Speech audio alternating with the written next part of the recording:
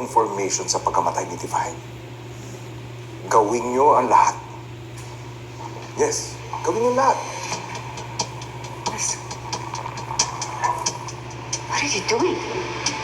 Cindy, matagal akong hindi naniwala kay Caroline. Tapos na, hindi ba? Si Annie ang pumatay kay Divine. Bakit ka ba naghahanap ng iba? But she finally dies. Kung kailan nakawala na siya, would you find it suspicious? Well, I didn't give that much of a thought. Hindi pa rin ako naniniwala na aksidente yun.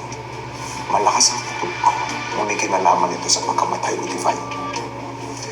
And that person behind this is someone na pinaiikot ang mundo natin na hindi natin nalalaman. Wilson, tama na. Tahimik na tayo. That person continues. Delikado ang buhay natin. Delikado ang pamilya natin. Hindi tayo matatahimik. So,